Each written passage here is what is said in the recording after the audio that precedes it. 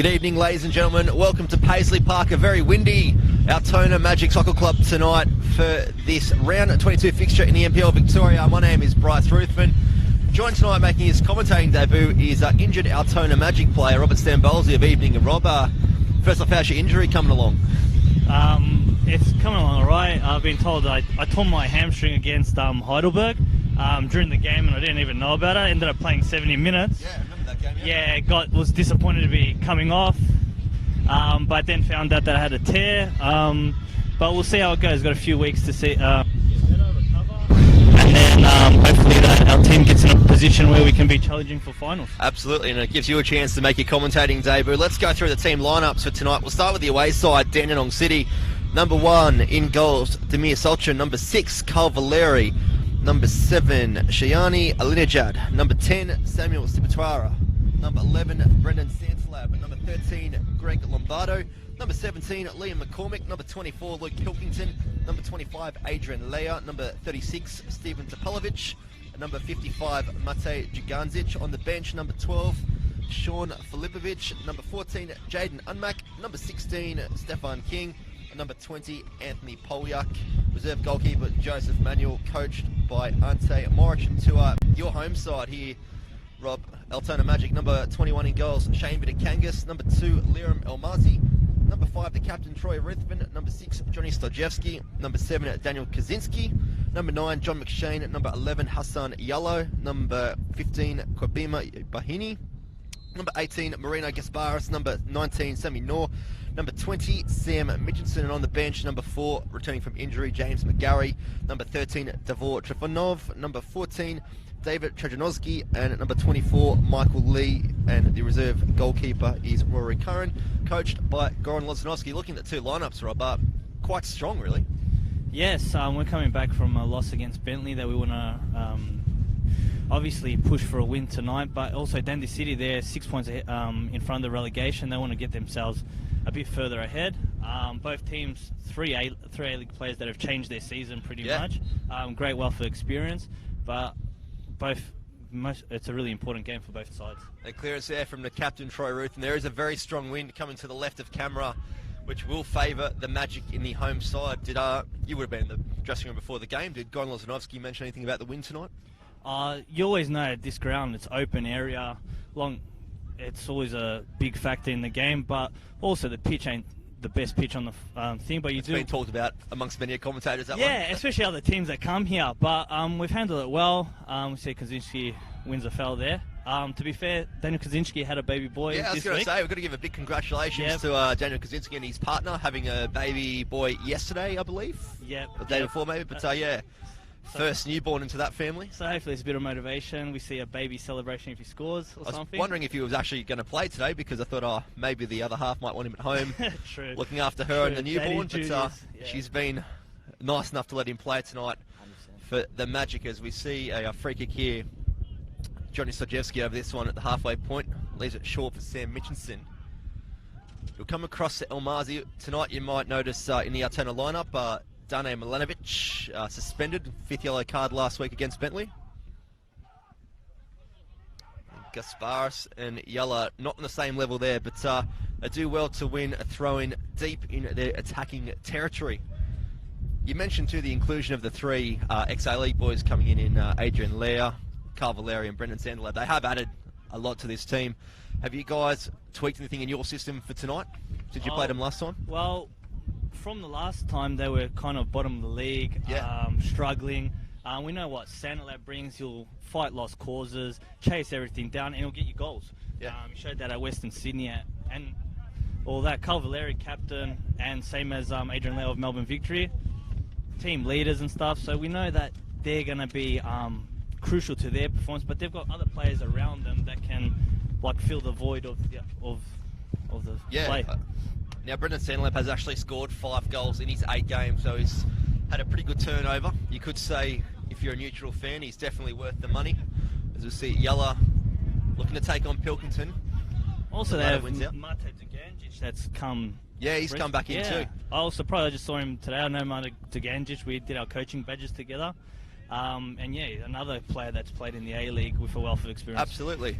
And did he spend the first part of the season anywhere this year, or he just wasn't I playing? don't think he was playing. Yeah, that's what I thought too. Well, he's done well to come back into the top flight and get himself a starting spot in a space of the transfer window to now. Exactly. See, Hustanyala on the ball, just leaves it for Bahini.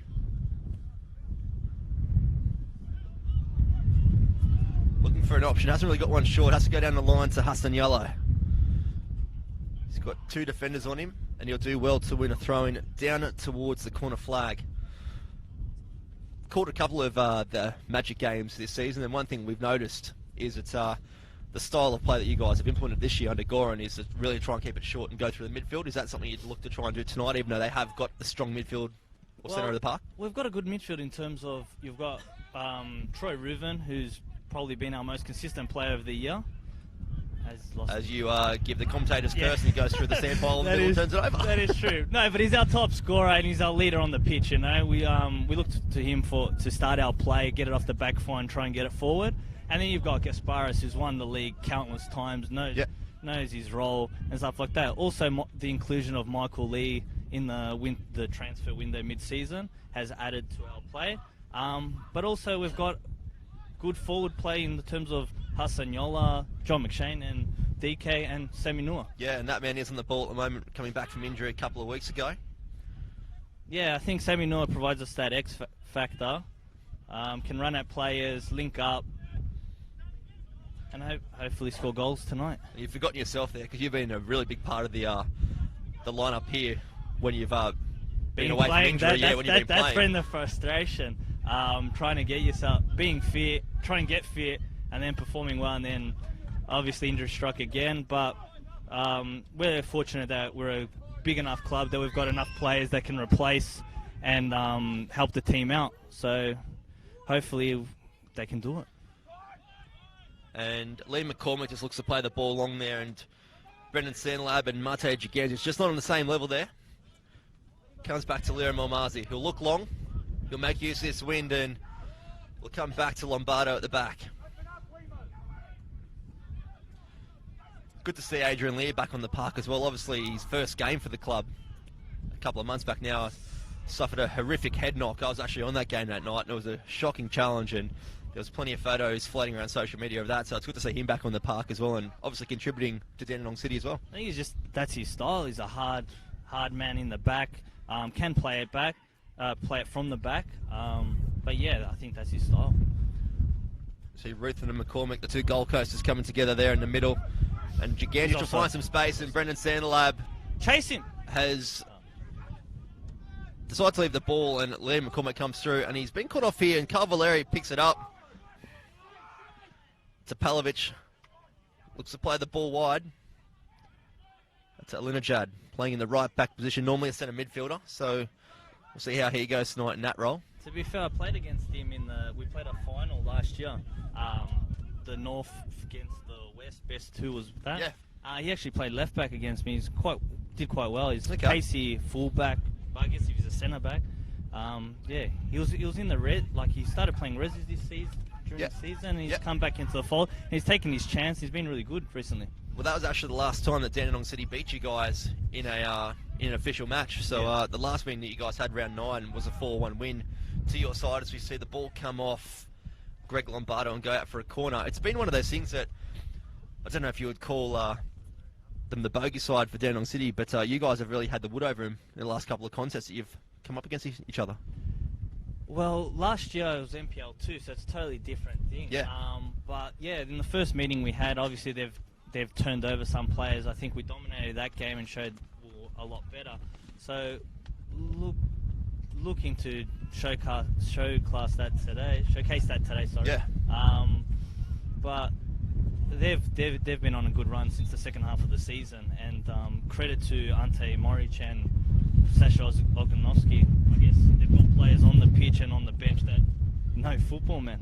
Yeah, absolutely. And Sasha Ognowski, you're in for a treat tonight because he's one loud voice on the sideline, having done at Dandenong City a couple of times this year since his inclusion to the coaching staff. But as you said, two men that definitely know their football. Yeah. Sasha Ognowski obviously played Sydney FC, played A-League and what do you call it? Asian Player of the Year. Asian Player of the Year, yeah. Yeah. And Preston Lions, Macedonia. Yeah, absolutely.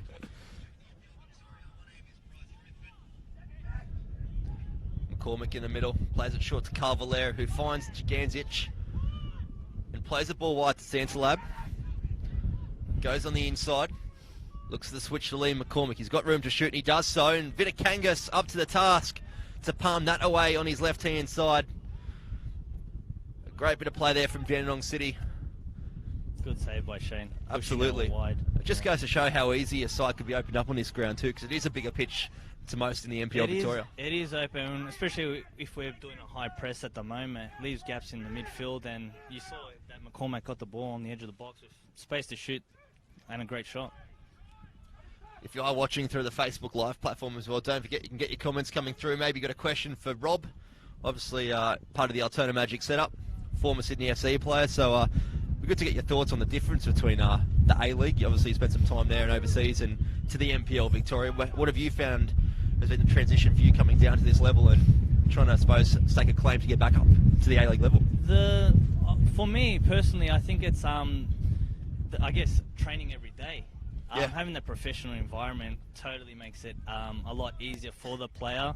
Obviously, training every day, you improve your game and fitness level and stuff like that. It's hard. You're doing a 9-to-5 job, coming here, and that's why I respect the NPL so much. When you see A-League teams come up in the FFA Cup and get knocked out by an NPL team, you got to be thinking like, come on, boys, like, what are you doing in your off season? Yeah, that's all you've got. Whereas these guys are tradies, labourers, or lawyers, or whatever. They're constantly doing something. Exactly. Yeah. Exactly. But I guess it's like total professionalism. But the standard of the NPL is improving, and we'll see what happens if they do this second division or. Yeah, there is plenty of talk about that coming in. So we'll wait and see now that the A-League's got independent too. That's probably a good step in the right direction. And it's a good step in the right direction for Bahini, who puts the ball across the face, looking for John McShane on the head. Does find him. Just can't work it in with Daniel Kaczynski.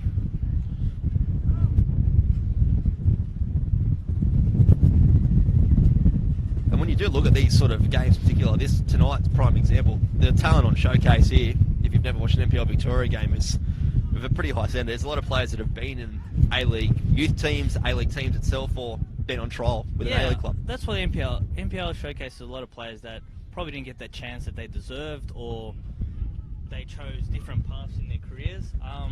But the standard is pretty high. A lot of technically good players, fast players that week in, week out showcase their class in this format. And speaking of A-League clubs, it's good to see that we are WUFC, the New Western United Supporters Group, watching the live stream, supporting the Magic. So welcome to you guys joining us. Obviously, Altona Magic. Would you be? I suppose you guys are classified one of the feeder clubs or catchment clubs in the area. Thing, if you're scouting some players, like have a look at our boys, or whatever. We've got Hassan Yola, that's just 21. Yeah. But like, there's a lot of young players coming through as well. Liram Almazi. Absolutely, yeah. He's 21. He's come from State League 2, State League 1. He's won every league, won back-to-back player of the seasons. Yeah, give him a go. That's the thing. I think that's just getting the first chance. Really, is the first step in going like you got, I suppose, a chance with Sydney FC, and you take it. Really. Yeah, obviously, everyone wants to be playing at the highest level, but yeah, you need that opportunity. But once you get that opportunity, you need to be able to take it. You can't just wait on it, man.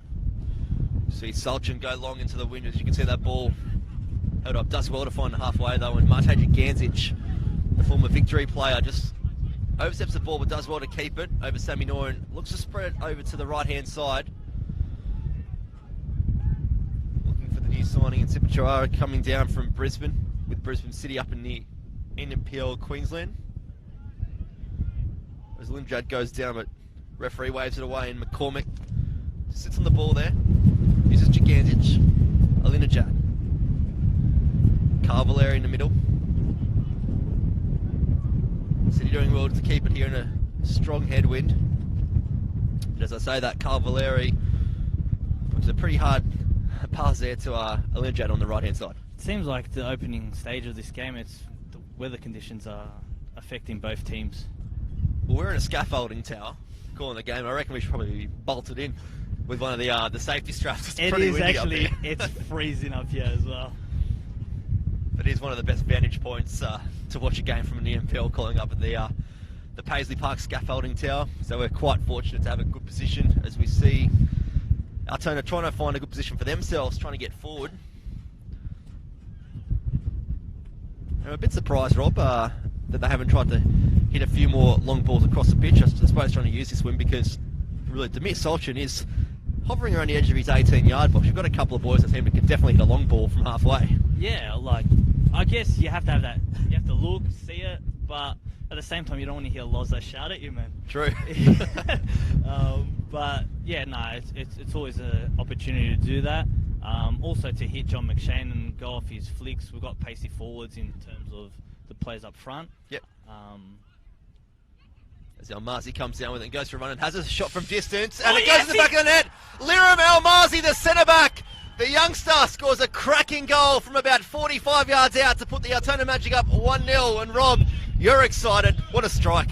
He told me today he was going to score, and he told me to big him up if he did. Obviously, like, he got the ball in the middle of the park, took a touch, ran forward, and just banged it in, man. Is that his first goal for the season? I think it is. I think it is, and what a way to do it as well. 1-0 here at Paisley Park in favour of the home side. Really, to be honest, they haven't had too much of the ball in the opening stages, but that's where that win comes into play. Drive it low, and Solchin got caught out of position. Probably wasn't the lob that you were talking about. No, it wasn't, but you yeah, take that still. Shot, yeah. Absolutely. Goran Loznovsky very happy on the sideline. As we see Cavaleri restart play and go long as the wind picks up again, and Almazi, that will take his game to another level tonight. You can already see he's been one of those players. He's been consistent for you guys, but he's been not shy of avoiding the yellow cards this year as well. He's already on 8. That's the thing with Liram. He's always putting himself on the front foot. I think through his youth, he's got to try and work out the difference between holding off the striker and letting him just play back instead of just trying to win that ball, maybe fouling or letting the guy go free, you know? Absolutely. It's a good hold-up play there from John McShane. Puts the ball looking for Hassan Yellow, who's got some pace, but Luke Pilkington just beats him to it and just he's happy to put it over onto this second field here at Paisley Park. Some of the City players not too happy with that decision, saying just let it roll out with the wind, but the pressure was on there and probably a smart decision from Luke Pilkington.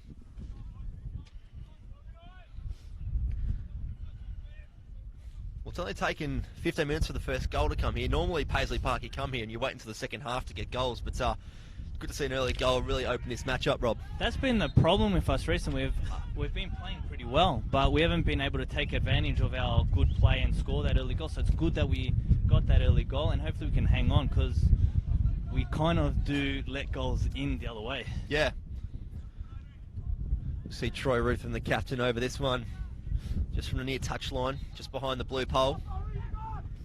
Puts it in for the penalty spot and looking for the head of John McShane. And they're claiming it's gone over the line. The linesman has left these posts, so it hasn't made the line, but a great bit of play there. And Ruthven does well to lock it in off Mate Jaganjic. Another chance score begging there, Rob. On the reaction of John McShane, I think he knows it didn't go in. I think he knows himself personally that he should have probably put it away. He's a top striker in this division. He scored plenty of goals over all the leagues, but it's good play from us. Should have been 2-0. It was a great ball in from Troy Ruthven, looking for the penalty spot, and that's the thing, you don't want to lob them in this kind of conditions that we're facing tonight. No, you drive them in low. It was direct. Yeah, maybe got a flick on, or you don't know. Keepers cannot judge it with this wind. Absolutely. Alina Jadges has some space and finds Valeri, who looks to go long, puts the ball in the air, looking for Sibuchiwara.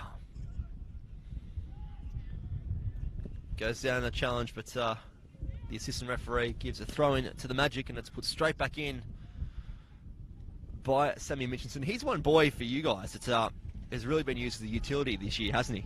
Yeah, Sammy Mitchinson, I knew him from his days in Melbourne City. I always knew him as a defender, but this season he's played left back, right back, left wing. I do like him in a forward position because he does offer that cover as like a left back, left winger sort of role, and allows me as like a forward player to be able to, like, not exactly cheat, but able to do take over my defensive duties. But yeah, obviously he's a great player and vital player in our Altona Magic setup. Yeah, as you said, another player with A-League experience coming back down to the NPL, and really He's one of your top goal scorers. He's already scored 3, and it's not a good stat when we said before that your top goal scorer is your captain in Troy Ruthven, who's a defensive midfielder. But Yeah. he's sharing the workload this year. No, and 2 of his goals did come in a win against Dandenong Thunder. Yeah. We all know what happened at that game after he scored the second goal. But no, we won't talk about that. Yeah, so obviously we've been struggling for goals. We've kind of shared it around, and we're fortunate that Troy's kind of taken the role as a captain, that he's been scoring, he's been defending, he's our leader. He's been quality this season. Probably our player of the season at the moment. I think, hands down, probably win it easy. Possibly. As you see, Brendan Santalab looking to get that ball through to Giganjic, but Luke Pilkington ends up with it. Plays in Carvaleri. Forced to go back. Finds Alinajad. Comes back to Lombardo. I do think that we need to take advantage of this win, though. I think second half, when Dandenong City do have the win, We can guarantee that ball's going route 1 to Brendan Santalab. Yeah. Absolutely. They're doing well against the window, Dandenong City, so it's not just this second half they've got to worry about. They've got a lot to worry about this first half, and Vitakangas does quite well to come out and claim that one. What have you made of his regular inclusion to your starting 11 since Daniel Collinson was ruled out for the rest of the season with injury? Obviously, Colo was a big loss, but we're fortunate that we've had 2 really good goalkeepers, 2, I guess, number 1s in this league. And Vitakangas has taken his opportunity, and I wouldn't say we haven't missed Colo, because obviously Colo was a big loss for us, but Shane has filled that void, and I think he's taken his name as a good goalkeeper in this league. Well, he definitely fills most of the goals. He's 6'7". If you've never seen him in life, he's a very tall young lad that can touch the crossbar much easier than the 2 of us. So Yeah, that's true. That's one thing he's got going for him, and he's done quite well. Obviously, he knows a couple of the boys too from his time in Queensland, playing with the likes of Troy Ruthven at the Gold Coast. No, he's a top lad at the club. Everyone loves him, man. We kind of have a laugh with him all the time. He's always concentrating on what food there is for after training and stuff like that. Oh, really? Yeah, loves a free meal, that guy. But he's top lad, and he's top goalkeeper at the same time. That's a good point you bring up there. Who are the jokers of the Altona Magic club? We've always got John McShane. John McShane's one of the loudest. Him and Gasparis always up for a laugh. Whereabouts do you fit into that category? Don't mind a bit of banter. without saying without being too. So I've heard that cocky you're about up it. there in one of those Yeah, states as well. I try to be, but no, we all get along. We're all, You're all mates. Yeah, exactly. That's exactly. How the club should be. As we see Sammy Nor just staying down the ground. Probably not what you want to see if you're Colin Zanowski. He has been carrying a couple of injuries this year, and when he's fit, he's been firing. But when he's been carrying these niggling injuries, That's like the he thing seems to be hobbling off now, he's very lightweight. Yeah. Okay, gives him the pace to get around players and stuff, but easily knocked over. I don't know. Hopefully he's fine. See Ruthven go long, potentially looking for that long chip. He's listened to you, Bryce. Sargent. He's listened to you. It's just that the brotherly brain maybe being transmitted down to the deck. It's worth a shot in these kind of conditions though, because you can probably hear it through the microphones. It's at least 40k winds down here. There's 100% we're catching a cold today. Probably true. See the ball go out off the head of Ruthven. Be a Luke Pilkington throw in here for Dandenong City.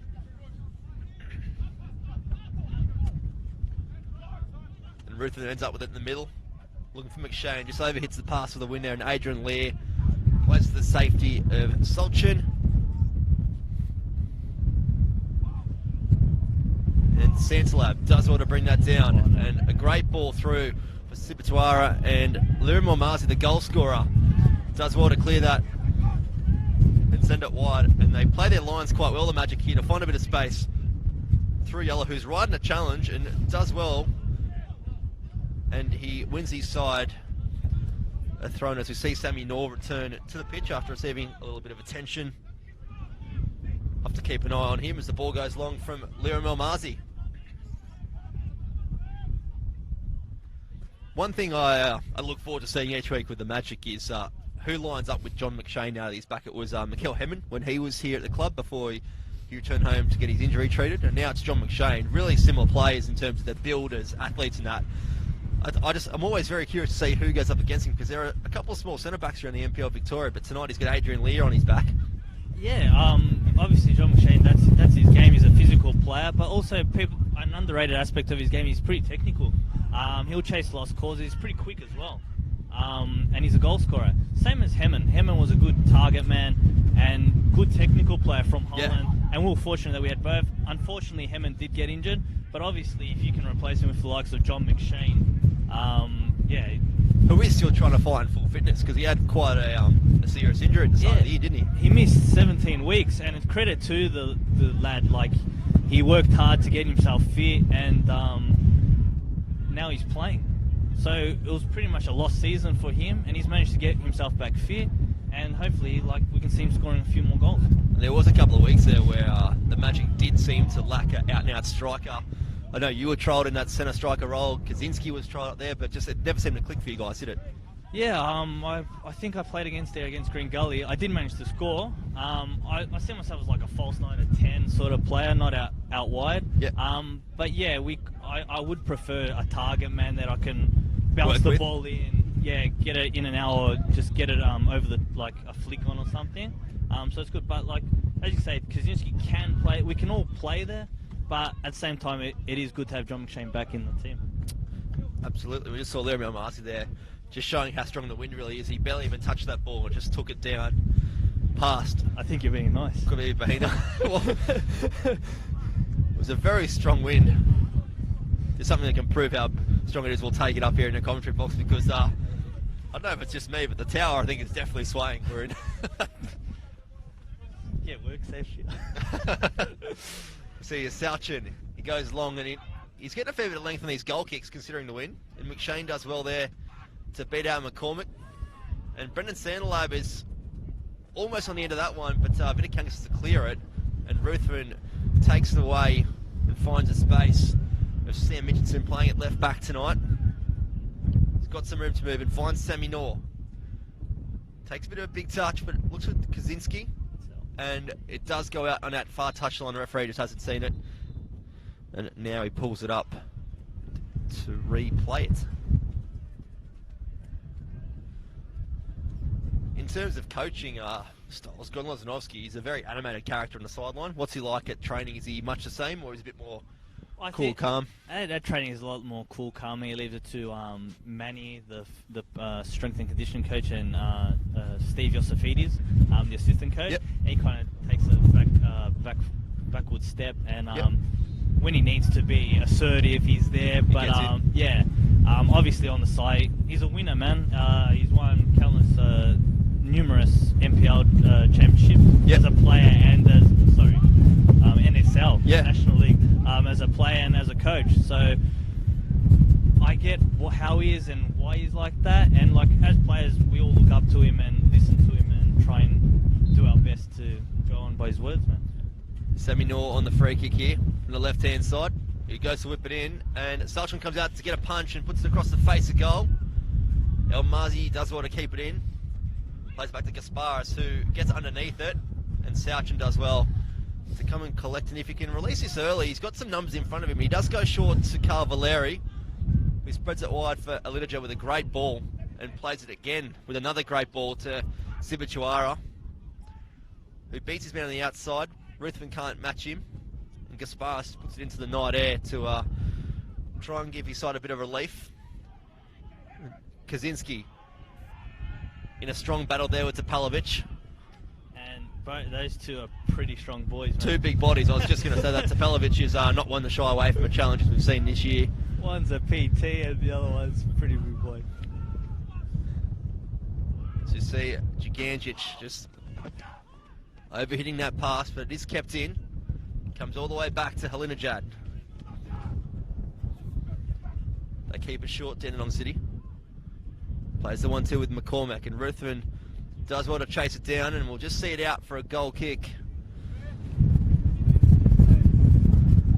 And we see Johnny Stojewski down, and Marina Gasparis just called for a substitution.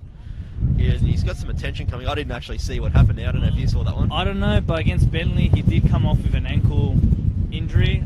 Whether that's flared up again, he's rolled it.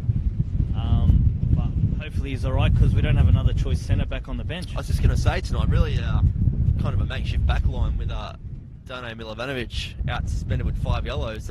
Who is this, I suppose, the backup defender on the bench tonight?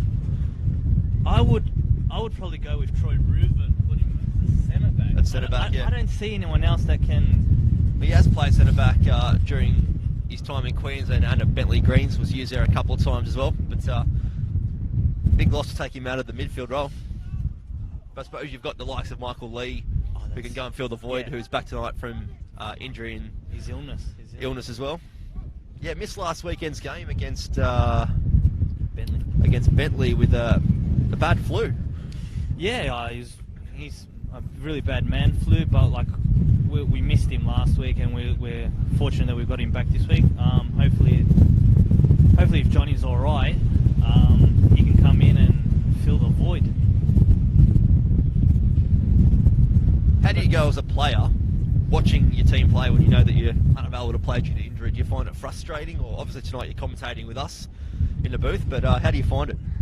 You always want to be on the pitch. You always want to be helping your team and all that. But like as you see, we're winning 1-0, and I don't know. I'm like a big fan. We scored the goal. You could hear me cheer. I could hear you, mate. I could see you. I was like, just don't jump out of the scaffolding tower yeah, for me. Probably re-injure my hammy. But nah, obviously, yeah, you hate not being able to play.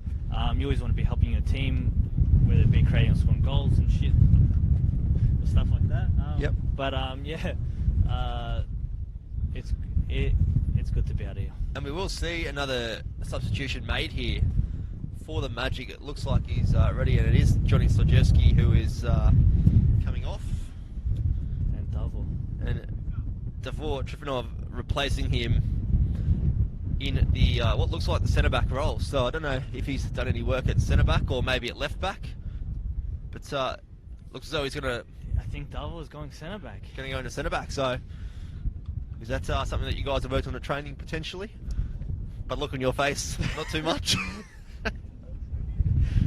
Davor's a really good young player. That's when he's been counted on against Moreland in the FFA Cup, he was put in as a right back and probably was our best player in that loss. But he's a defensive mid, centre mid player. Hopefully he can do his job. Well, if you're ever going to test out a potential centre-back, why not do it against Brendan Sanslab in the former A-League player to see how he can handle himself. But will be a big test for the youngsters coming in. Obviously, has been used more of a centre midfielder. Maybe it's just a makeshift to get through to half-time, and then we might see Goran make a switch. Yeah. But maybe it's just with the wind, just to play it safe and keep the attacking fluency going. Also, it's good to have a midfielder kind of at the back there that can play out the back in these winding conditions, that he just doesn't just hoof it away and lose possession. Hopefully he can link up with, let's say, a Troy Reuven or a Gasparis and play it out from the back. And it does appear to be an ankle injury for Johnny Slajewski. He's walking off with the boot off the foot below us, so not good signs for him, and hopefully he's now out for too long, as we see the ball spread wide to Luke Pilkington at left back. Plays it up looking for Sibichuara. They swapped wings, him and Mate Giganjic. And a bit of an off-the-ball challenge there from Sibichuara on Troy Ruthven, and the referee straight in to just dissolve that and blow up to anything that bigger than what it needs to be. But we've got a free kick here for this substitute. This one will go long across the face, and he does go searching for John McShane in a battle with Lombardo, and Kaczynski ends up with it. Aluna Jad does well to clean that up. He's got to go short to Giganjic, who does well to find Liam McCormick, but he can't keep it in play, and will be an Altona Magic throw-in. I do feel as an attacking player in these sort of conditions, it kind of does suit a player that can drive the ball and dribble instead of kicking it, like passing it away.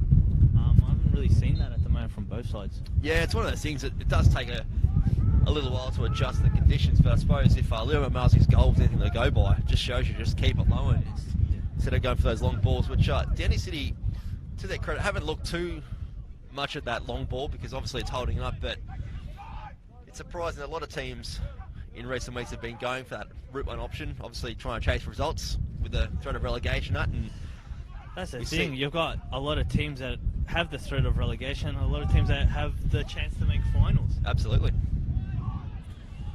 So Almazi come up with this one and play it short. Bahini will play it line to Hassan Yellow. Pilkington wins out on that occasion, and Lee McCormick does well to find Sipichuara. Gasparis comes there and Bahini ends up with it. He's got some numbers in front of him here. Nothing too direct. He just holds the ball up, can't find the option he's looking for, and he's forced to play it back to Trifonov. Then Cavallari ends up with it in the middle of the park. Finds Liam McCormick. And for a player like Liam McCormick, for example, playing alongside someone that's as experienced as the former Socceroo and Cavallari, it's got to be good for his game. Well, you got someone that's played something like 54 caps for the Socceroos, played in Italy, captain Melbourne Victory. Surely he's passing on some knowledge or learning, and also makes your game a lot easier. He knows Cavallari, even though he probably doesn't have the pace he once had, he knows where to stand and where to be, and for a guy like McCormack, it's also a bit of inspiration to see a good player playing alongside you. Well, if you haven't actually come and watched Dandenong City play live since the three players have come back, definitely recommend it, because you don't really pick it up on a stream, but the likes of Adrian Lair, who's in the contest here with John McShane, the voice that he brings to this team, he's basically a coach on the field for him, really, isn't he? That's the thing, they've got plenty of coaches. Like I said earlier, Ante Morris and Serge Oganovsky coaches on the bench, but on the field you got Lair's experience, you got Carl Valeri, and plus Sanalab. They've all played at the highest level in Australian football. Yeah. But also the other guys, let's say internationally, definitely helps them out as the ball goes long here, looking for Santalab. Marcy clears the lines there. Ruthven on the head of Valeri. And the ball goes wide. Ends up with Alina Jad. He's got a bit of space on that right side. Looks to go long, but the wind holds it up straight away. And it'll give the chance to El Marzi to clear it. And that's the ball we were sort of saying. It's not the right ball in these kind of conditions when you're going against the wind, is it? Sometimes when it's in the back half like that, to get the players all forward, push up, and now press from the top, they don't really want to be in that back half of the field trying to get out of there. But yeah, it's not the ball you're looking for. It gives John McShane no hope of getting there. Pilkington keeps it short for Valeri. And Gasparis just gets a bit of a challenge in there. And Vidakangas will go long, looking for John McShane and Hassan Yalla. But Luke Pilkington does well to come up with that one there.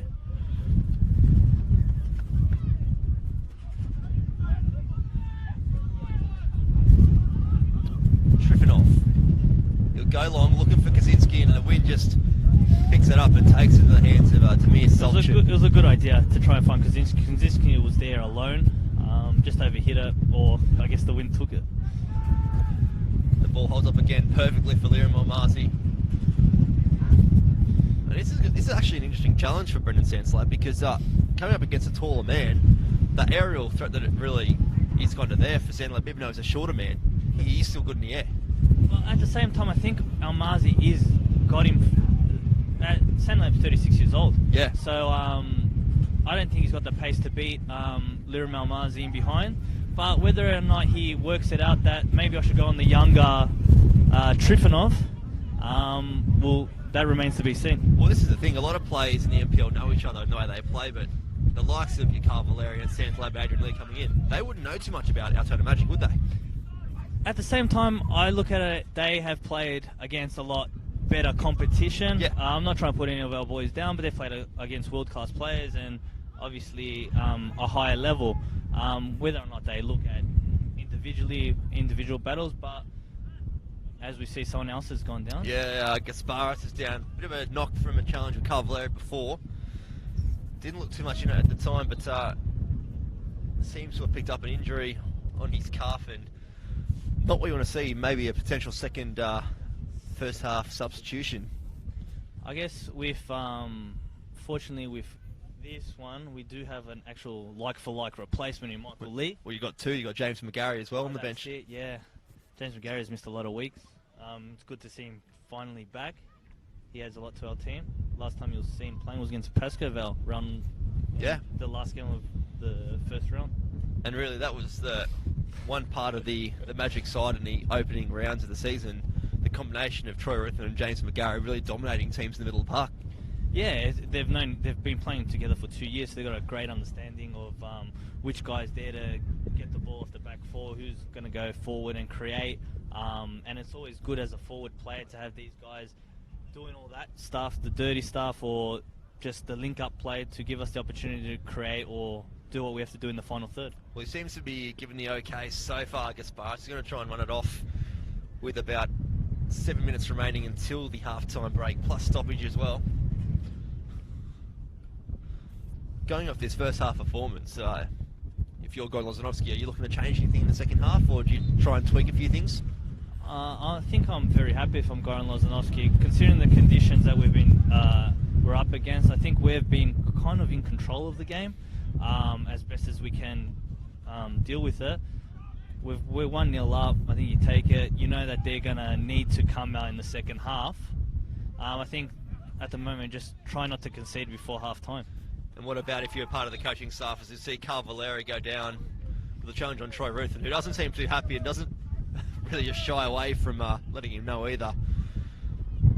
I suppose it's one of those things that players could get intimidated playing against the likes of these ex-A-League players like a Carl Valeri, but no, that's the thing. You like the confidence shown there by Troy Ruthven. Like, we're equals. We're on the pitch. We're playing in NPL Victoria now. You're not in the A-League anymore. You're on my pitch, you know.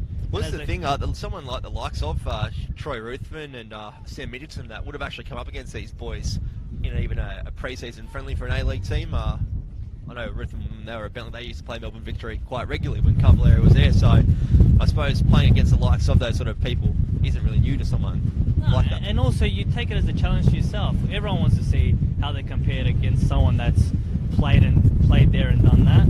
And like, I think Troy's been really good tonight. I hope he continues that. Do you reckon there's a bit of banter on the field towards the 3X A-League boys, just letting them know where they're playing now? Or I'm not sure. I'm pretty much the one that I like to get involved in that sort of thing on the pitch. Yeah. Give a bit of this and that and back and forth between players. Well, you've played obviously with Sydney FC as well. Do you ever comment yourself on the field? Sometimes from fans. You get that one and go, oh, look where you are now and stuff like that. But no, you know, it's all banter at the same time. And welcome to the NPL, Rob. Yeah. And that's the thing. Like you see this week, they're trying to change fans talking to referees. Yeah. With a new app coming out, so we'll see how that goes. Absolutely, all positive, and it was respect round only a couple of months back, so it really should be respect round every weekend, not just one specific weekend, as we see Sulchin drive this ball low and far, and it gets quite a bit of distance on that goal kick, considering how strong the wind is, and we see Hassan Yalla holding it up, trying to get his right back involved in Bahimi, but can't quite find it. And they'll play the ball on Sammy North. Carl Blair does well to win out there, but Bahimi recovers to put it out for a throw-in. If you're Dandenong City and you're Sashnot Ogdanovsky on the sideline, do you tweak anything at half-time? Where do you think you can really target the second half to improve? As I see a bit of a rough challenge from Luke Pilkington, earns himself a yellow card. Did get the ball, but studs were raised as well. If I'm Sash Ogdanovsky and Ante Morish, I would look at trying to get my players more involved in the game, but at the same time, they will have the wind with them, and hopefully that's an advantage that they will understand. It'll be kind of determined on how Altona handles the wind against them in the second half. Yeah, it's always interesting in conditions like this. Is it more favourable to go with the wind in the first half when you're full of legs, or in the second half when you need a bit of assistance going forward? I think it all depends on the game. If it's 0-0, but no, they're going to be chasing the game, so it depends. They could be chasing and leave themselves open for a counter. So you see Alinajad on the right-hand side. Looking to play in Mate Gigantic, can't find him there, but John McShane ends up with it and puts the ball into Yellow, who flicks it onto Sam Mitchinson. Solchin come out of his goals, but he's back there, and the ball comes back into the middle, and Steven Topalovic will just knock it out for a corner kick, and a chance here for the Magic to find the scoreboard for a second time this evening, just before the half-time break.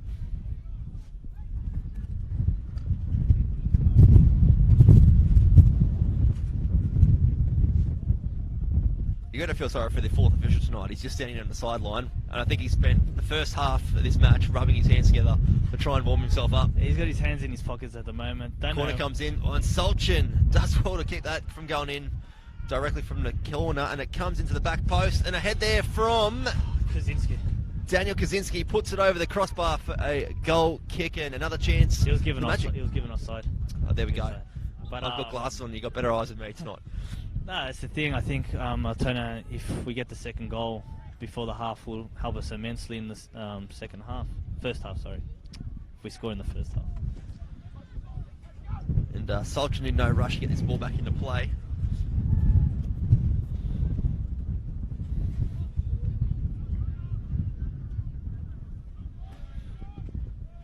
Drives it low again. It goes a bit short this time, and John McShane does well to find Daniel Kaczynski, and he'll win his side another corner late in the first half. Another chance to come for the Magic, and as you said, a 2-0 lead going in at half time really would be a massive blow for Dandy City. I think this needs to be a cross by Haas. Just hang it in front of the goalkeeper and let everyone just go and attack it. You got the likes of Almazu, High, McShane. With these conditions, it's good. He goes to the front post with a bit of pace, and he'll keep it in, and he'll go to whip it back in to the back post. He's got Liram Almazu there, but the wind just picks it up at the last second and takes it out for a goal kick.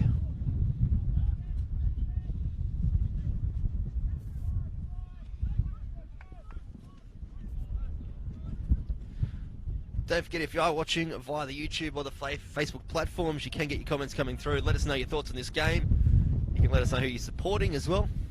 Obviously in the comfort of your warm home, or if you're in the car on the way somewhere in the passenger seat, much warmer than standing here.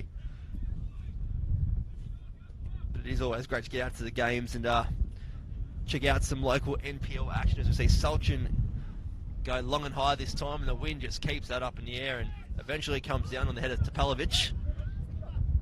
Does well to link up with Sibichara, and Topalovic just puts the ball out.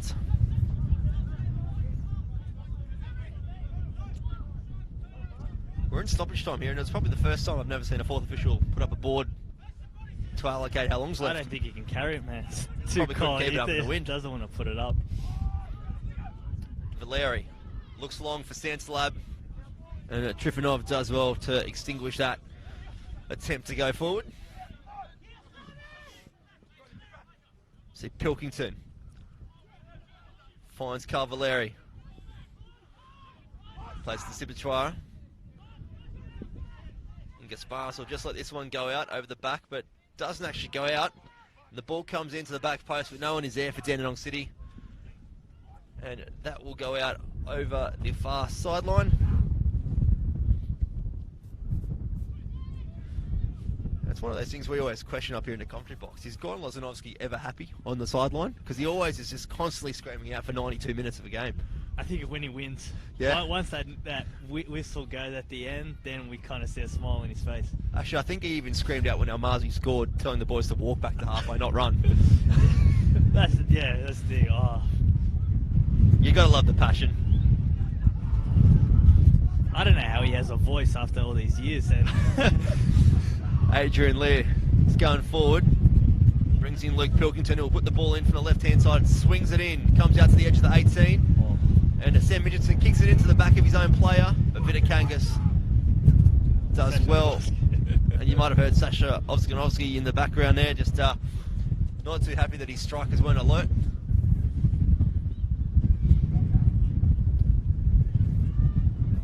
McCormick does well to bring that down, and Adrian Lear just happy to get it out of the zone. Alinajad does well to find a space there. Ball goes out to Giganjic. Looking for the back post, holds up in the win, and Vitakangas gives him the chance to come out. Can't be and putting collect balls in that safely. box like that. No, that's the win. That's bread and not gonna butter for work, is it? Vitakangas. No. Bahimi goes around Carl Valeri with ease. Luke Pilkington there, those who help out his centre midfielder. It's a long stoppage. It is a long stoppage. You're already at 3 minutes. There we go. And as we say that, the half-time break is called. It is 1-0 in favour of the home side. Altona Magic 1, Dandenong City 0 at Paisley Park. We'll be having a quick break. Before we do, Rob, your thoughts on the first half? I think if you're an Altona Magic supporter or fan, you're happy with that. 1-0. For Dandenong City, they've got to come out in the second half, and it's all to play for pretty much. Well, we'll be back in about 15 minutes' time. We will join you then for the second half of round 22. It's NPL Victoria.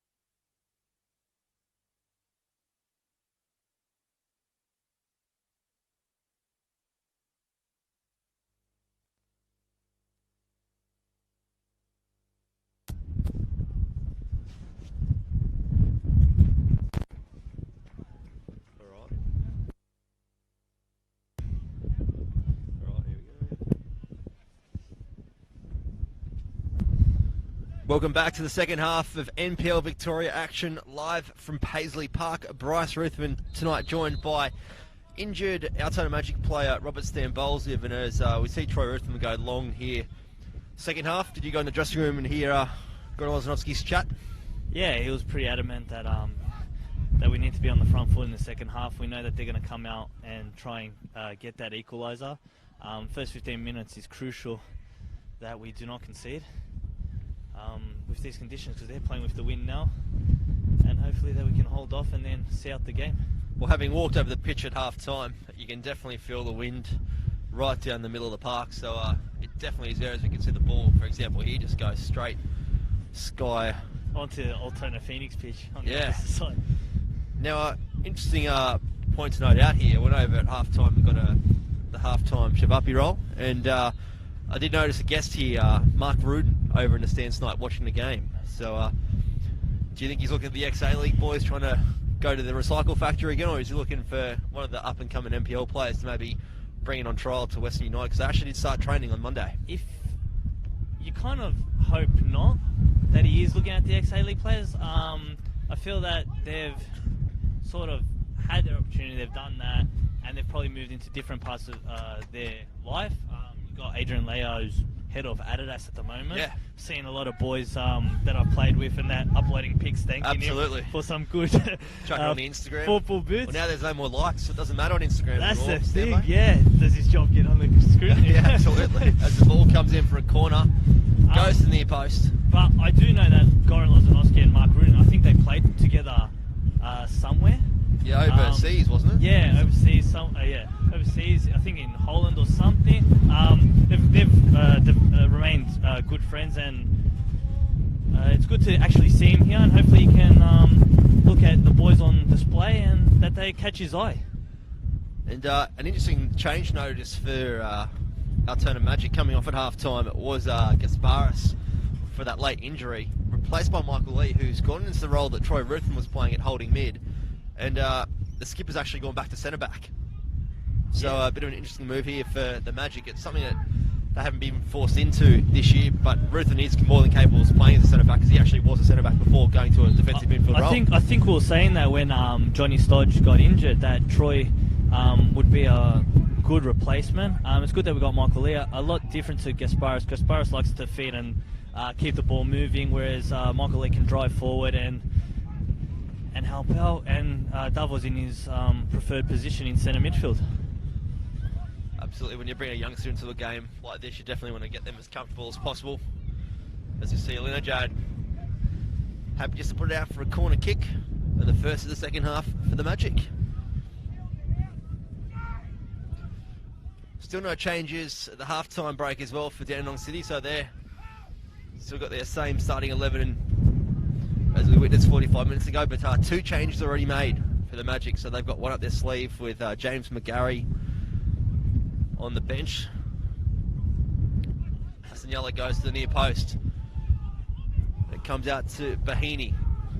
He's happy to ease it off and just gets caught out on the ball by Sipachuara. Force take the ball wide. Unsure why Cobby is trying to dribble there. Just a good clip into the box, get it out of the way of danger. El Marzi with a strong challenge there on the far sideline on Sipachuara. But Tepelevich wins the ball back, and Lee McCormick goes down in the challenge there from Michael Lee. And Carvalho grabs the ball straight away looking for a quick one, but he's got nothing but Magic plays and an injured Lee McCormick down in front of him as well. Now, this isn't the only game tonight in NPL Victoria action. We have got other games in progress at the moment. Currently 80th minute at ABD Stadium, Hume City 3, South Melbourne 1. And it's the 8th minute between Dandenong Thunder and Avondale, and it's currently 0-0. There was an earlier game this afternoon between Green Gully and Kingston City. Green Gully did take that one out 5-2, so a big result there at Green Gully Reserve, and Kingston City still in that relegation zone as well. As we see Brendan Sanslab, he'll be on this free kick and he'll go to drive it in, but it hits the wall. Is it with Topalovic, who will drive it again, taking a leaf out of Liram Malmazi's book from the first half and doesn't have the same conclusion, Rob. I think we're going to see a lot of that in this second half. Kind of pop shots at goal, trying to trouble Shane Vitakangas. But yeah, I think we need to just weather the storm at the moment. No pun intended. Yeah, absolutely. No rain just yet. Hopefully you haven't jinxed it, Rob. Doesn't look like there's any wet weather on the radar, just gale force winds. That's all we Paisley need up Park here. coming off the bay. See Vitakangas, his first goal kick into these strong winds. Does well to reach the halfway, and also well for Kaczynski to win. He was manhandled there by free kick there. Topalovic. The new father, of course, his lovely partner gave birth to a little baby boy yesterday, so got to give a big congratulations to Daniel Kaczynski and his partner. I'm very surprised he's playing tonight. I didn't think he would be, but You look at it both ways. He's over the moon, full of confidence. So yeah, I don't know. It's been his first start for a while at the same time. yeah, he has been carrying a bit of a niggling injury as well. As we see that man Kaczynski just holding up Alinejad and does well to turn him there. He'll get into the box and get the ball across the face. Just can't quite beat the first post there. And Sibichuara does well just to keep it locked in, and Alinejad will win inside. A throw in deep. He'll look to go long. And McCormick does plenty of time, and Michael Lee does well to break that down. Sam Mitchinson finds Michael Lee again. Sibichuara goes for the challenge, but the referee waves that away. And Hassan Yalla finds Bahini, who this time does decide to go up the line. And it ends up in a positive result for the Altona Magic. Was there much talk from Gon Lozanovsky at the halftime break about changing the way they play against the wind, or just keep it on the deck? I think it's just to be more mindful that we are going against the wind. But no, I think the players will understand that. You know, they've played enough football to understand the difference in both halves. But no, I think we've come out in the second half. Hopefully we've shown a good attitude, and hopefully continue that throughout the rest of the half. See Bahini on that one finds Sammy Noor.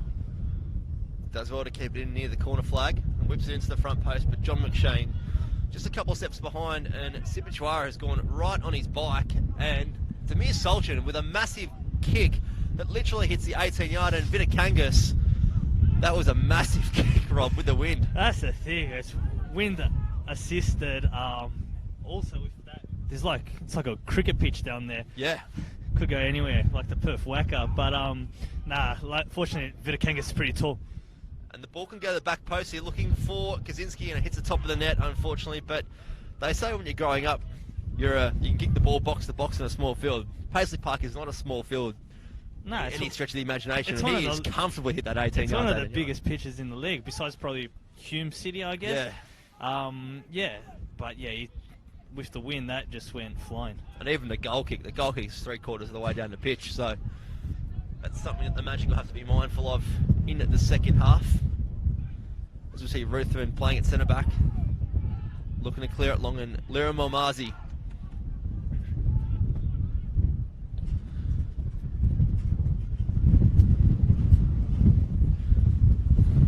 I think if you're an Altona Magic fan, you're probably a bit more comfortable with the back line set up at the start of the second half. I was talking to some of the fans on the side there.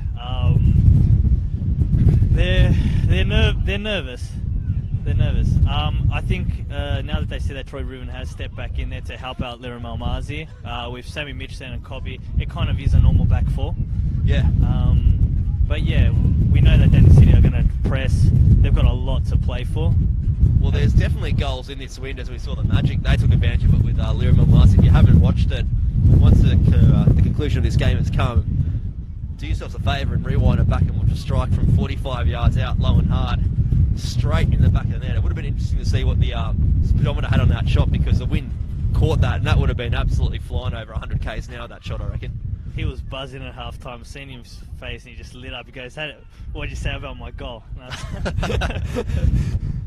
Not much, Liram. We didn't say too much. As we see a just potential concentrate goal on the game. coming here from Hassan Yalla. Gets around Solchin. He's got the goal open. And Hassan Yalla puts it over the crossbar, and the groans from the Altona Magic fans underneath the grandstand, stayed all because he had an open goal there and just had to tap it in.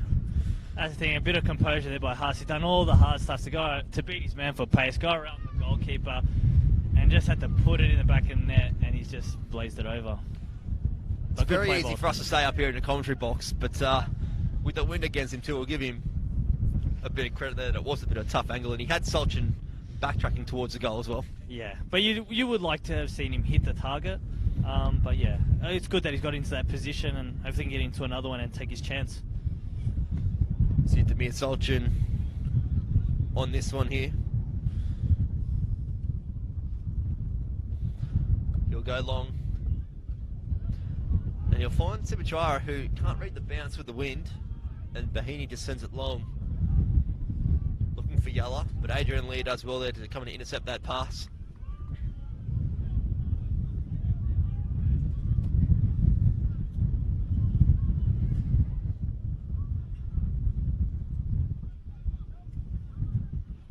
Pilkington goes long. Michael Lee can't clear it there, but Ruthven's forced to come out from centre back, has some time and goes long, searching for John McShane. I think the easier ball by Samuel Mitch on the left. Yeah, the left channel was open on that occasion as Luke Pilkington will send this long, and the bounce, have to be very careful here, Vitakangas, and it's a corner. Puts it out for a corner, and he had to get a hand to that because that was going in the top left-hand corner. I guess the people at home can now understand how these weather conditions are actually affecting both teams. That ends up being a great save. Yeah, and if that went in, that's a potential goal of the season, because that was a good 60-yard strike, and the wind's just taken it. I actually think, to be fair, the wind's picked up in the second half. Seems a hell of a lot stronger up here anyway. Yeah, it has. I guess we're moving side to side a lot more than we were in the first half.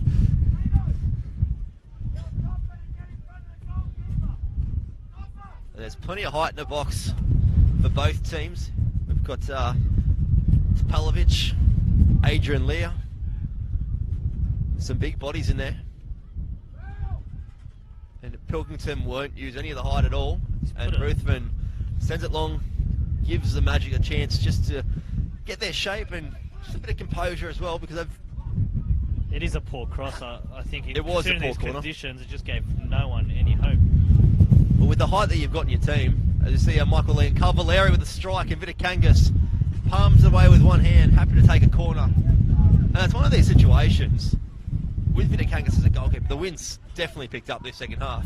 But you just keep palming it off for a corner to see it taken short this time. Yeah, you kind of just rather... And Vitakangas misses that one. Sorry there, Rob. And it goes in the back of the net There we for a goal, the Santana. sixth of the season from Brendan Santalab. That is 6 in 9 games, and it is one apiece at Paisley Park. And that's what you get with the experience of Brendan Santalab. You can still put him away, and that was a goal out of nothing. That's the thing. That's the quality of Brendan Sandlab. Probably hasn't been seen the whole game. Liram Mazier has had him pretty much in his pocket. But the one chance he gets, he's buried it. And he's put his side 1-1. It's the thing. We did say that Mark Rudin is here watching. Does Mark Rudin go up to the likes of Brendan Sandlab after the game and say, hey, mate, how about one more year to help us out? It all depends. I hear he's on a good wage at Dandenong City. That's the rumours, Rob. There's no confirmation of that. That's just a rumour. Yeah. Whether they can match that or whatever, but nah. Obviously, if he's a quality player and if Mark Rudin believes he's good enough, then by all means, he's a guy that can score goals. He's Western Sydney's top scorer in their history. Yeah. So that win holds the ball up nice if it's a Palovic. But Larry does want to bring that down the chest, but loses out. Hassan Yalla looking to turn, and he does well there to turn Luke Pilkington. And he does well to beat Topalovic, and he's got Sammy Noor here, but Alinajad does well to intercept that pass, and they've got some space here through Gigantic, who goes back to Liam McCormick, who scuffs his pass completely and can only find the Magic players, and the same is done by Devor Trifonov in the middle of the park.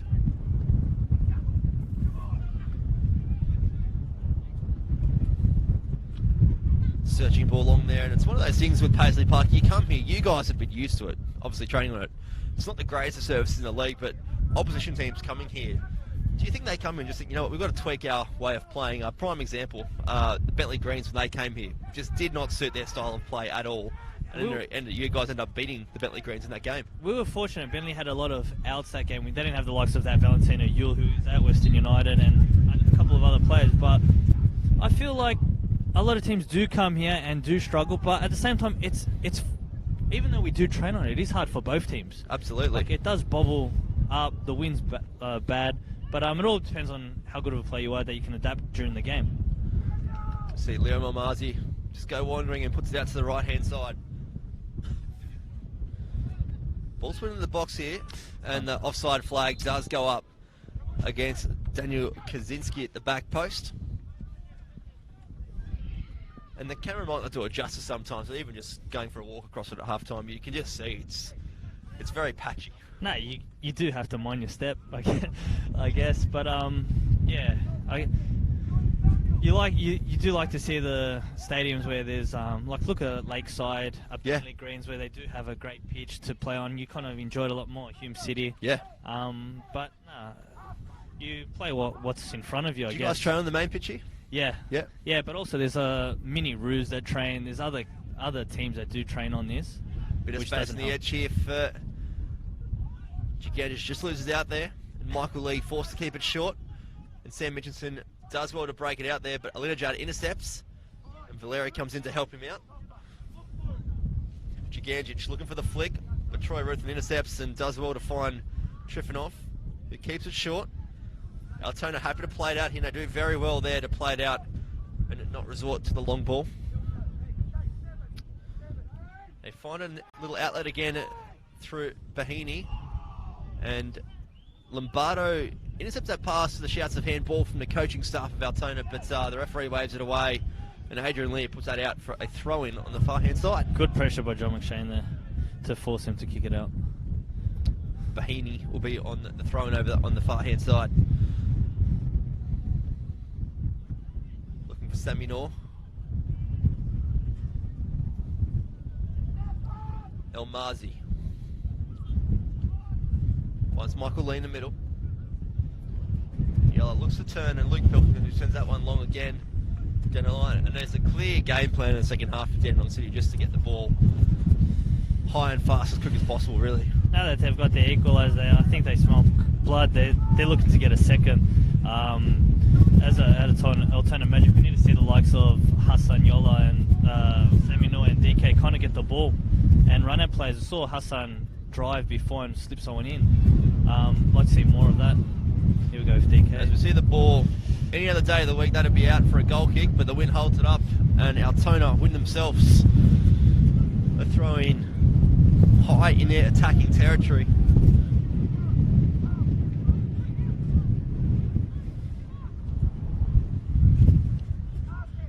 Mitchinson looking for an option and finds Sammy Noor, who this time is outplayed. And we see Carvalho with some time to move in the middle. Finds the pass looking for Sibichwara, who goes down, and the referee will wave. No, he'll actually give that as a card, and that will be El Mazi's 9th yellow card of the season. And that's what we were talking earlier when Lirim steps in. He's the last man there. I don't know if he got him, but probably should have done a bit better there. Hard to tell from our vantage point, but when the player goes down, you've got to presume that there is some sort of assistance with that. And it's a dangerous position because with this wind, any ball on target could really go straight in the back of the net. That's the thing. If you're the attacker taking the free kick, I don't know, you don't hit it with much pace. You just put it in a direction where it's able to go in on target and see what happens from there.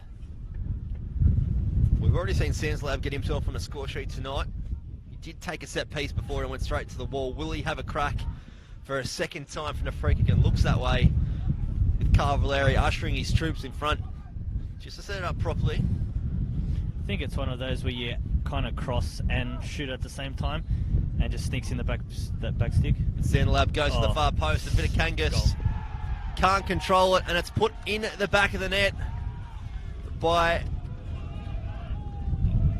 looks like Greg Lombardo, I'm going to call it. And that puts the Dandenong City up 2-1 The away side do lead here over the Altona Magic. Adrian Leo. Adrian Leo, there we go. That was going to be my second guess.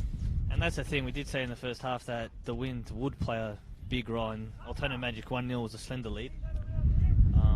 But yeah, again, he's put it on target. Vidakenga's tried to palm it away, and fortunately for Dandenong City, it's straight to his head, pretty much, and he's put it in. Yeah, very tough to control that, but Dandenong City smart enough there, and Adrian Lee gets his first goal of the campaign since joining Dandenong City. That's the experience, just to follow the ball up, really, on that set piece. That's the thing, yeah. Where were the runners that went with him? It seemed like a free header, no challenge next to him. And it's another set-piece goal that Altona have conceded this season. Yeah. It's kind of been our Achilles heel. And we did say at the start of the match too that both teams really need 3 points tonight for different reasons. Dandenong City to edge themselves further away from the relegation zone, and your side, Altona Magic, needing to really keep in touch if you want to be playing finals this year. Well, you look at teams like Green Gully won today. We're fortunate that South didn't kind of go on top of us. But yeah, Melbourne Knights drew yesterday, but it's going to be, if we can get back into this game and get a result, and there's another vital, important game again next week, but this is now, they've got to try and get back into this game. Definitely not over by any stretch of the imagination, as we see Mate Gigantic looking to take on the left side here of Altona. It's turned over by Almazi.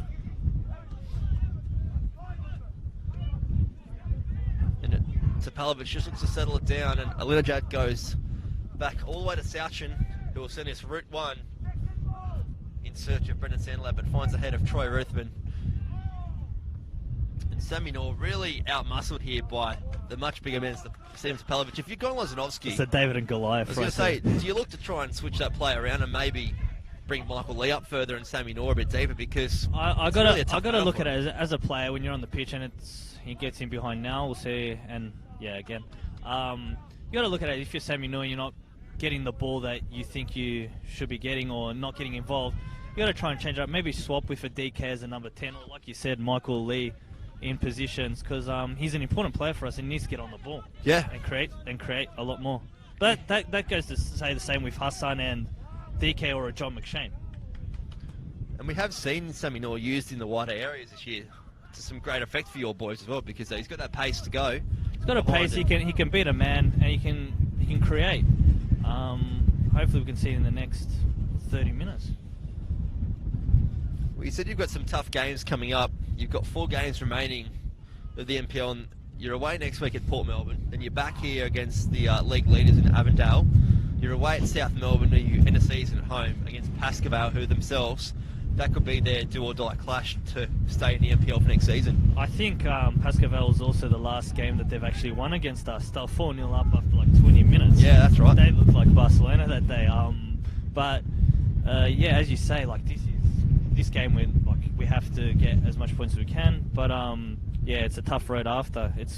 If you don't win this game, it's kind of must win every game after that. Yeah, and Dandenong City, they have got a very tough run home for the campaign. Heidelberg at home next week, then they're at home again the following week against Bentley. So 2 of the top 3 teams looking to really catch that top spot over Avondale, or looking that top 2 finish themselves. Then they've got Kingston City away on a Monday night at the Grange Reserve, who are themselves fighting for life. That's the thing. You hope that then the City, for their sake, they can get a result tonight that helps them, so then they don't. It's not that difficult the next 2 games, and then that Kingston game is pretty much like a draw would do for them. Well, they've got Port Melbourne away to end the season on the last Sunday of the NPL, so that's not an easy game as well. So they've got a really tough run home, but as you said, 3 points tonight for Dandenong City will go a long way to keeping them in the top flight next year, which, to be fair, they've spent the money, if you believe the rumours, to keep themselves up, and it's paid off, really. Yeah, it's easy to say, they've spent money and whatever, but they've brought in players that have actually, let's say, earned their money. Yeah, absolutely. If that's the case, like I don't see them like just walking about and having a laugh on the pitch. They're putting themselves about, and they've made a big impact in the league. See Ruthven go across to Almazi, who's got some room to move here. Santalab is in chase, but not too heavily, and Bahini will go long. Can't find John McShane up top. That's the thing, we haven't been able to find John McShane this evening to link up with him and have run in front of him.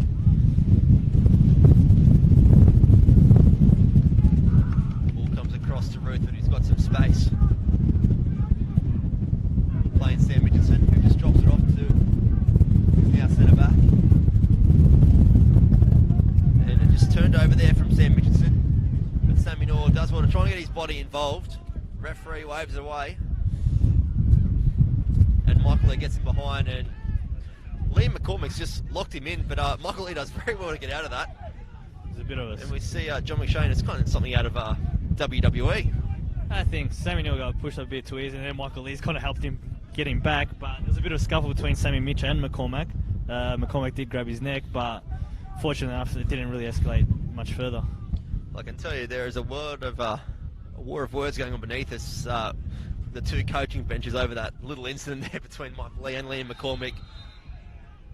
And we'll see Sammy Nor being given a yellow card here for a challenge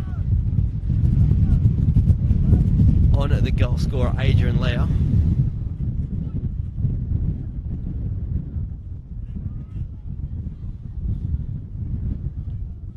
Gives a chance for the game just to take a bit of a breather, because it's really been end to end since the half-time break. Both teams understand how important this game is. Altona Magic need to get a second goal to equalise. I don't know, there's players warming up on the side there. You're pretty much banking on McGarry to come in, but that would be that you've changed three of your centre midfielders over. Yeah. Or a David Trajanovski maybe in the forward front four. And we will see a substitution here. It'll be Alinajad being replaced by the youngster Jaden Unmack back from suspension. And he'll go back into his favoured right back position. I feel that Alinajad has played a really good game. He's been up against DK as a pretty physical and player that likes to run at players. He's kind of held his own. Yeah, he's had a very solid game tonight, Alinajad. Definitely earned himself an early shower with that performance. As we see Salchin go long again and just straight to the hands of Shane Vitakangas. That's just a sign of how strong the wind is. The Dandenong City coaching staff aren't too happy with Salchin because they said it was a waste of a ball, but that's just the wind taking it, really. I think they wanted him to kick it at more of an angle, not so close to the goalkeeper. I think they would prefer a throw in than straight back to in our hands to start a counter forward attack. And Daniel Kaczynski turns over Greg Lombardo, gets it across to the bar, and it will be a corner. And that's the thing now, they've just replaced the right back. Hopefully Kaczynski can have a bit more joy. Well, he's definitely got the height advantage over Jaden Unmuck there. They've both got pace, so that should be a good little battle for the remaining part of the second half.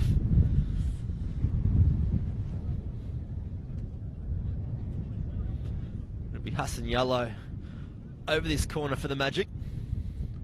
He goes to the back post, but he can only find John McShane there, and he puts it out for a goal kick.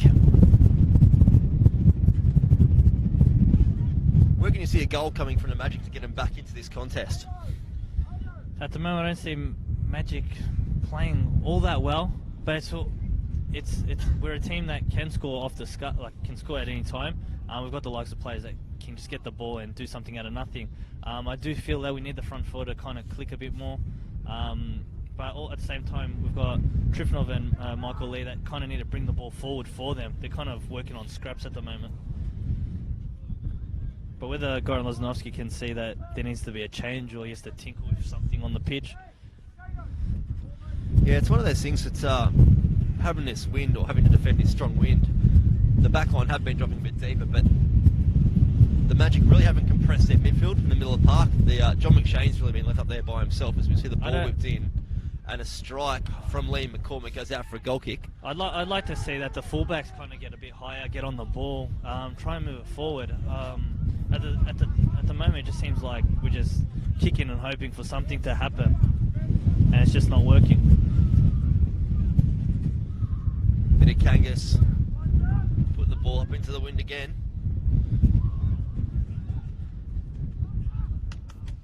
And maybe it's a case of the substitute being substituted again. Trifonov coming off, maybe for the likes of James McGarry to come into the middle of the park. Yeah, it'd be hard on the young kid, but he's run his heart out. You can't criticise him for his effort. But you're bringing a player like James McGarry, who does offer a lot to our team and one of our leaders. But just time will tell what we decide to do.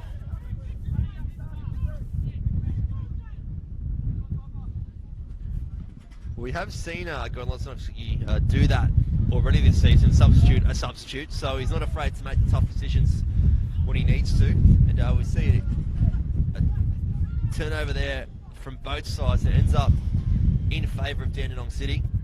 And Sipichuara will do well there to battle with Bahini, who has a great turn to get out of that situation and plays the ball out to the left-hand side, and just no one in that space there. He's done a Sudan roulette. Looked quality, and then unfortunately he's kicked it out. Probably was expecting maybe Sam Richardson to be there, or Daniel Kaczynski on the left-hand side, but one was high and one was sitting deep. As we see Almazi's win the turnover there. And Kaczynski, the new father, just riding a couple of challenges there, and it goes down, but the throw-in does go in favour of the Magic. Credit must be given to Dandenong City. They've come out in this second half and taken full advantage of this wind, and they deserve their 2-1 advantage. Yeah, they've definitely come out firing. Sam Mitchelson ends up with this ball here just below us here in the commentary position, and Michael Lee looking for Sam Mitchelson. Hold up, does well there to beat Jade Nunmack. Hassan Yalla brings in Trifonov, and shouts of handball, probably coming off the stomach there from Lombardo. And Brendan Sandlab will have a chance to go one-on-one and goes down the ground rather easily, and the referee does... he's given that foul based on... does give a foul. Based on who he is. No yellow card for this, but there's a quick play off the mark from the referee. At the same time, if you're going to play quick, that's play on. Surely if you give a yellow card, that's when you stop it, not when it's like that. Yeah. Maybe it's called back due to being off the mark in a forward position, but nonetheless it has been called back, and no one wants to take the free kick for the City. Maybe early signs of gamesmanship, trying to slow the play down. Football brains. And Valeri will put this one to the far post. Finds Adrian Lear. But Brendan Stanlab and Vitakangas has definitely come out of his box there. But the referee not in the greatest positions to call that, and Brendan Stanlab not too happy with the assistant. Surely the linesman. I think even you, Rob, as an Altona Magic player, commentating, so I could say that he was out of his box there. I've probably been really biased with my commentary this evening, but even I can say that was out. Yeah, they've definitely escaped that one there, the Magic. And Kaczynski will put that one central for Trifonov. He's got a chance to go forward here. And a challenge comes in from McCormack, very strong, but does win the ball. And he'll play line looking for Mudhaj Ganjic, and does slide in, and a good recovery from the youngster after he turned the ball over moments ago. That's what you like to see.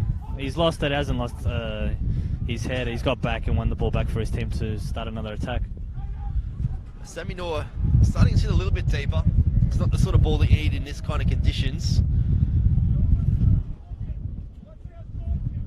And Noor does win the ball in the middle, but turns it straight over to Brendan Sandlab, who flicks it through for Topalovic, who stayed high, and the ball will trickle through to Vitakangas, this time clearly in his box, and plays it short to Troy Ruthven, who will come wide and high to Sam Richardson, who's got a bit of space to go forward. Plays in Kaczynski, rides the challenge of Unmack. That's a difficult ball by Sam Richardson, right on the byline, not much room for Daniel Kaczynski to move, and she's doubled up. Maybe it's a case of your Magic boys just coming back and just slowing the play down a little bit, and or also Kaczynski could check in, spin out, give him over the top. But yeah, Ganjic looks for a flick, doesn't touch, but it still goes where it was favoured to go for the City, and Topalovic sitting a lot higher now.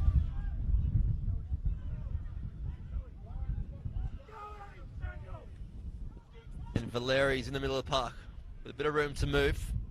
Oh, well. Go. And turns the ball over rather cheaply for a man of his experience.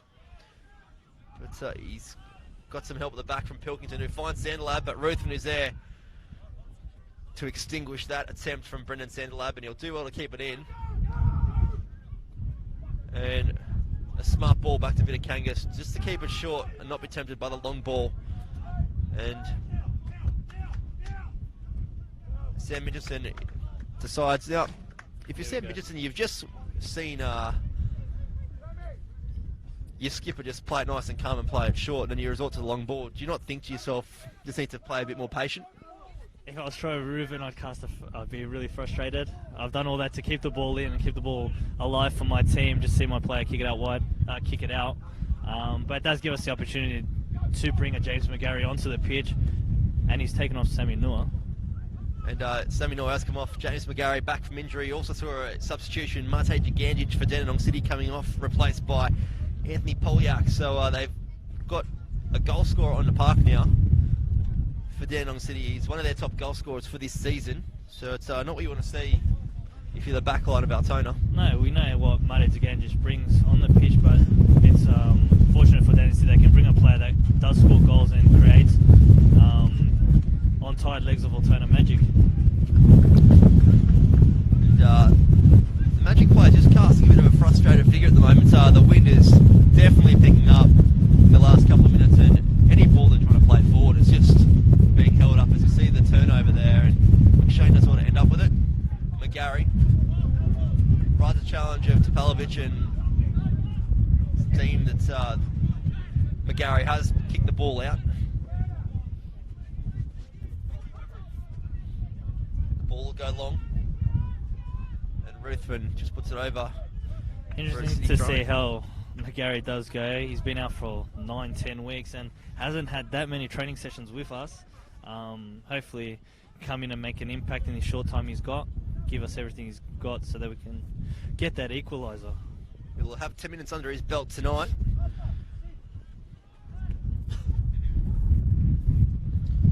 Now Marzi can't quite clear the lines, only finds Topalovic, who uses McCormick, puts a great ball in the unmack, but Ruthven finds it at the front post. Just sends it wide, just to give them a chance to get a little bit higher, because they really haven't left the 18-yard box, the Magic, and Vitakangas again will be forced to play the ball on, and Michael Lee's on the ball here. Right. He's got some room, he's got Trifonov, he'll use him. He sends the ball into Yellow's feet, a bit of a hard ball for Hassan Yellow to take control of, and Troy Ruthven will try and settle things down here. He'll look to get in behind and use the wind, but can't quite find the man that he was looking for in John McShane.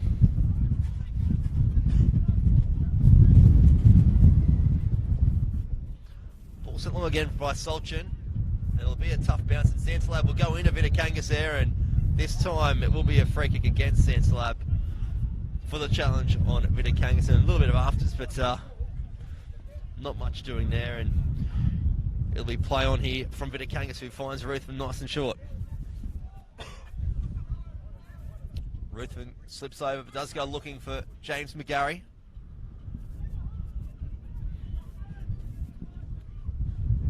And some good work there from Troy Ruthven to find Michael Lee nice and short. Going back to something I asked in the first half, I'll ask it again because now we've seen how it goes. Is it more favourable to go with the win in the first half or the second half, do you think? Well, judging on tonight's performance, you've got to go with the second half. That's why I said the 1-0 with Altona Magic, although we did kind of control the first half, you always knew that with Dandy City's experience and total experience and playing style, that they would come out in the second half a totally different team. This is the thing too, you might be fresh and using the wind, but are you better off using your fresh legs to battle against the wind in the first half and maybe have the assistance of the wind when the legs are getting a bit tired and you have the substitutes coming off to give you a bit of freshness? I guess it all depends. It's on the day. I do feel that Magic, we haven't come out in the second half. No one's kind of took control of the ball and demanded it and tried to, stand up for themselves. It feels like we're kind of getting overrun at the moment. I am joined tonight in the commentary box by injured Altona Magic player Robert Stambolziev, as we see Hassan Yellow play the ball short into Sammy Mitchinson. Yellow will try and beat his man in Jaden Unmack. The ball trickles out over the sideline. That's what we need. We need to see stuff. We need to see more stuff like that. Hassan running at players, getting involved, beating a man, trying to get forward. Ball's played short to Michael Lee. And some time in the middle here for Sibichuara. Goes around Kabini with ease.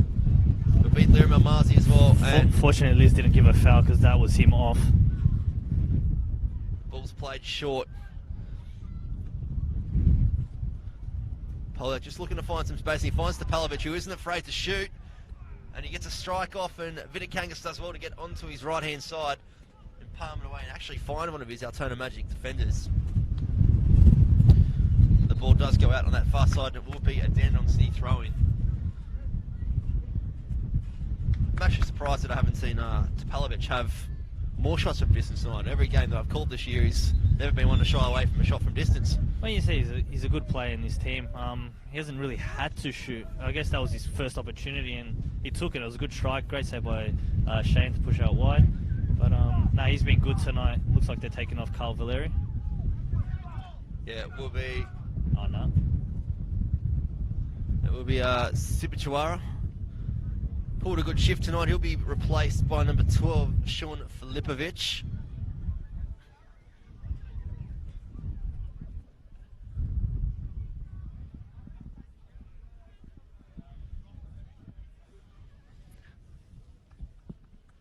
Sibichuara not in too much of a hurry to leave the pitch, and the replacement will be made. And with just under 5 minutes plus stoppage time remaining, can you see another goal in this game, Rob? Hopefully for an Altona Magic's sake. But it's been a game where it hasn't had that many chances, but the goals have come. So I do see that there could be another goal, and hopefully it's for Altona Magic. Yeah, they're going to have to find a route to goal pretty quickly, because they've been pretty much engraved in their own defensive half this second half with a strong win. So as we do see a pick up, Vitikanga's come out nice and quick to claim it, and Sam Mitchelson, he's got a chance to break here on the counter. Drive. He tries to get forward, looking for Hassan Yalla, but Greg Lombardo puts it onto the second pitch, looking to clear the ball as far away as possible. And a rare chance to get into the attacking half for the Altona Magic. Ruthven looking to play it calm and finds Almazi, who comes back to his skipper and can't quite get the touch right from the pass from Almazi, and gives Dandenong City a chance just to get nice and high again and go towards the magic goal.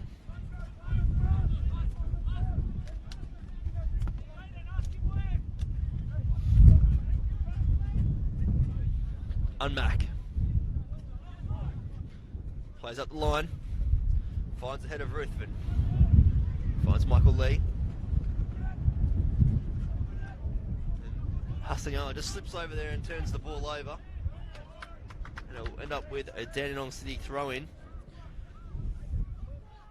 High in their attacking territory.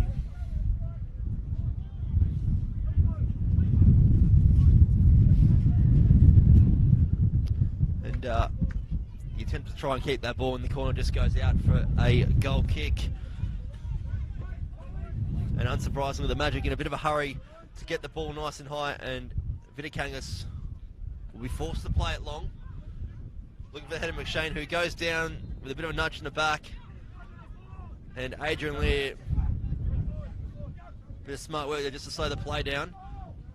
As you see Hassan Yellow and Michael Lee working well together. Finding McGarry in the middle. He's got some space. Plays in Almazi. He's got some room to go forward. Spreads the ball out wide. Finds Bahini. And McGarry, a bit of late challenge there from Topalovic. The referee hasn't called it up yet. And he will now, and he'll issue a yellow card to Steven Tabelovich for the late challenge. And it could be a set piece. We said a bit earlier that the Altona Magic need, and this could possibly be that opportunity that they're looking for. No, it was a good play by the ref. You saw that there was no advantage. DK was in a good position, but they sort of got back. Hopefully Troy Ruven can put a good ball in the box. Well, he's got plenty of height at back post in John McShane and Liam Omazi. The ball does go, but holds up in the wind and gets to the edge of the 18. And it comes straight back to Ruthven at the halfway mark. And some smart play being forced to go back to his goalkeeper, who is forced to go long, looking for Michael Lee. So Carl Valeri rides the challenge of Lee. But the Englishman does well there to keep it in play, but McGarry just can't quite keep that one under control there. Ends up with Jaden Unmack. Back to Valeri. Finds Liam McCormick. Goes to ground. And Michael Lee gives away a free kick about 35 yards out from the Magic's goal. And another chance for the Dandenong City boys to get on the scoreboard.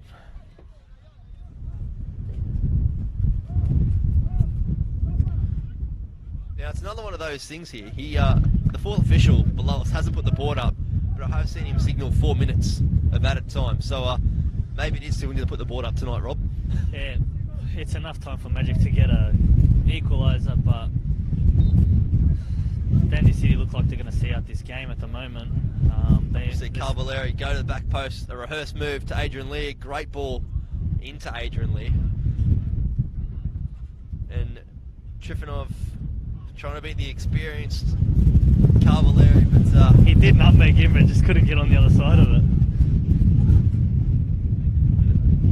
Ruthven trying to go higher, trying to get up the park, and he takes a big touch wide and sends it looking for John McShane. The wind holds it up, and Michael Lee just played to the safety net of his skipper at centre back, and the wind again just holds it up.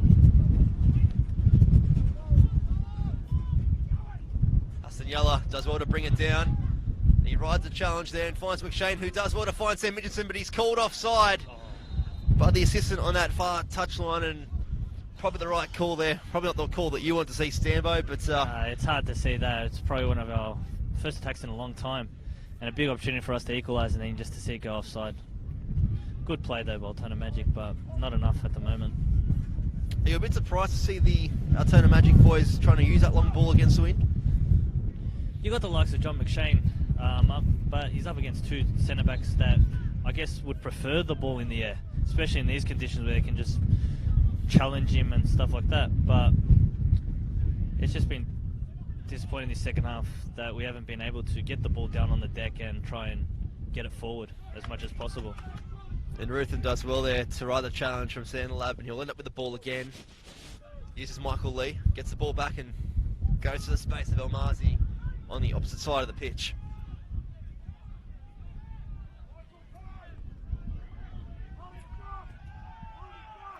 Only about a minute remaining here. If the Magic boys want to get something out of this game, they're going to have to make it quick.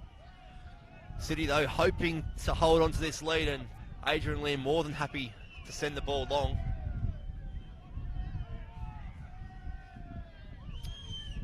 And it might be last throw of the dice here for Altona Magic.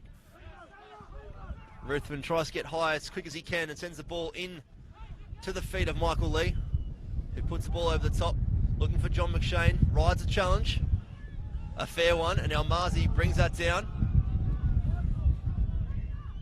He'll go long, not too much on it, but does find ahead of McShane, who finds McGarry,